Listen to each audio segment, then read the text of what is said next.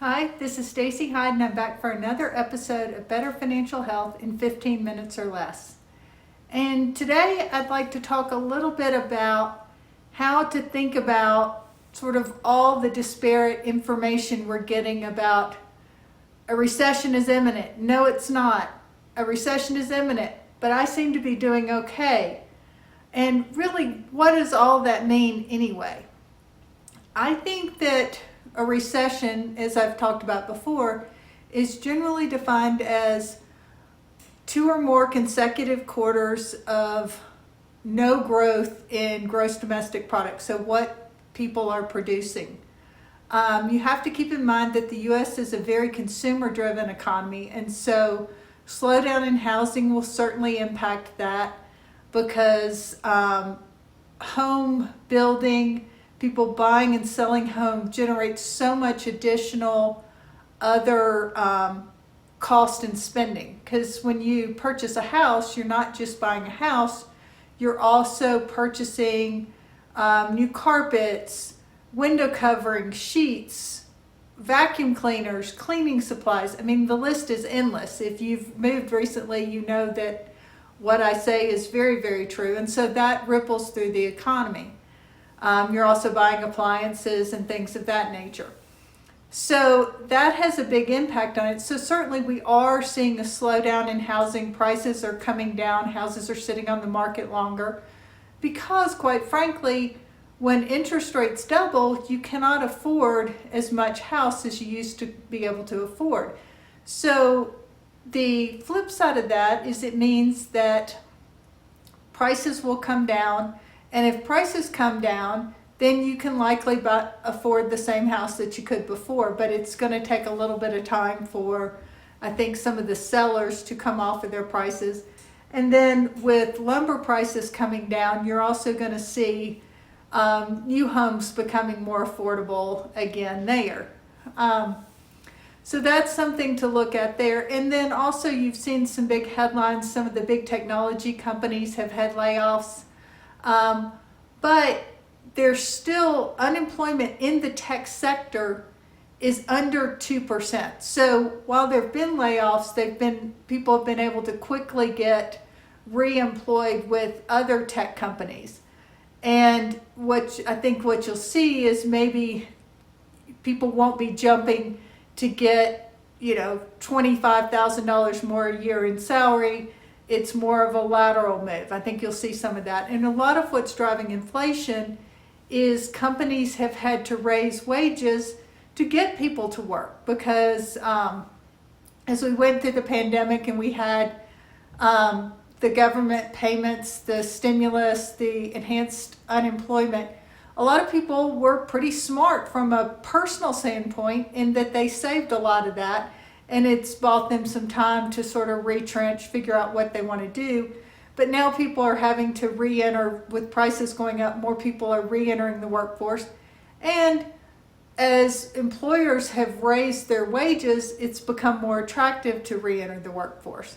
So I think you'll continue to see that pick up, and that ultimately will help us on some of the supply chain issues. And as you've gone out to eat maybe with friends and family over the holidays, you've noticed that the staffing in restaurants is still struggling a bit. And as we see wages come up and people get back out, that should moderate as well. So we really don't see this recession as being structural. It's really given from the standpoint of we've had these shocks to the system. We've had supply chain issues that are just now starting to unwind.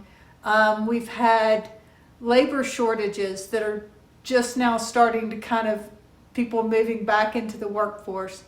And as those start to clear up, and then obviously we've got the war in Ukraine, which has impacted grain cost, it's impacted energy in Europe in particular, and we've had the pipeline leak here that has impacted the flow of natural gas. So these have all been kind of shocks that are not big reasons to have permanent damage, but certainly they have had shorter term damage to what we're seeing out in the world. And as those start to clear up and they've gotten workarounds for some of the Russian oil and natural gas, and as companies have gone, particularly in Europe, they have not mothballed some nuclear plants. They have kept those going. And I'm not talking about nuclear weapons, I'm talking about nuclear fuel. And that's allowed them to reduce their dependence on Russian oil and gas. And then the U.S. has exported more of their natural gas to help as well. So as we get into that, and as we enter the new year, we now have divided government. Historically, divided government has been good for the economy because it means that no one party can unilaterally do things, and it means that you get more consensus, working together, and you get true bipartisanship, which in most cases, not always, but in most cases, really does remove some of the excesses, and we wind up with laws and spending that most people can buy into. Hopefully it will not lead to just extra pork that comes in and makes it harder to overcome this inflation. So from that standpoint, I would say yes, be cautious. We don't have a crystal ball. Boy, do I wish I did. It would make it so much easier in working with our clients. But I am very hopefully optimistic that, with these higher rates, that savers are going to actually earn some money. That being said, side note, if you have not shopped your savings account rate to one of like the online banks, Discover, Ally, or have very good rates, very good customer service, FDIC insured, and you're earning 3.3% rather than 0.3%, especially if you have significant cash balances, that's an easy source of money that you can use to fund a vacation or put a little bit of extra money in your 401k. But as we kind of go through this, and I'm hopefully optimistic that we will, at the end of 2023, we will be in a much better spot financially as far as our portfolios and savings than we are now. And by having rates move up off of the floor, it gets some of the excesses that have been allowed to build up when credit was so cheap and there really wasn't a cost to borrow money. And I think that for a healthy economy, there needs to be some friction cost for borrowing money. And I think that we're seeing that now, and I think we'll continue to see it going forward. And hopefully our portfolios will recover by the end of the year, and that we will move past this recession and get back to a very positive, healthy outlook.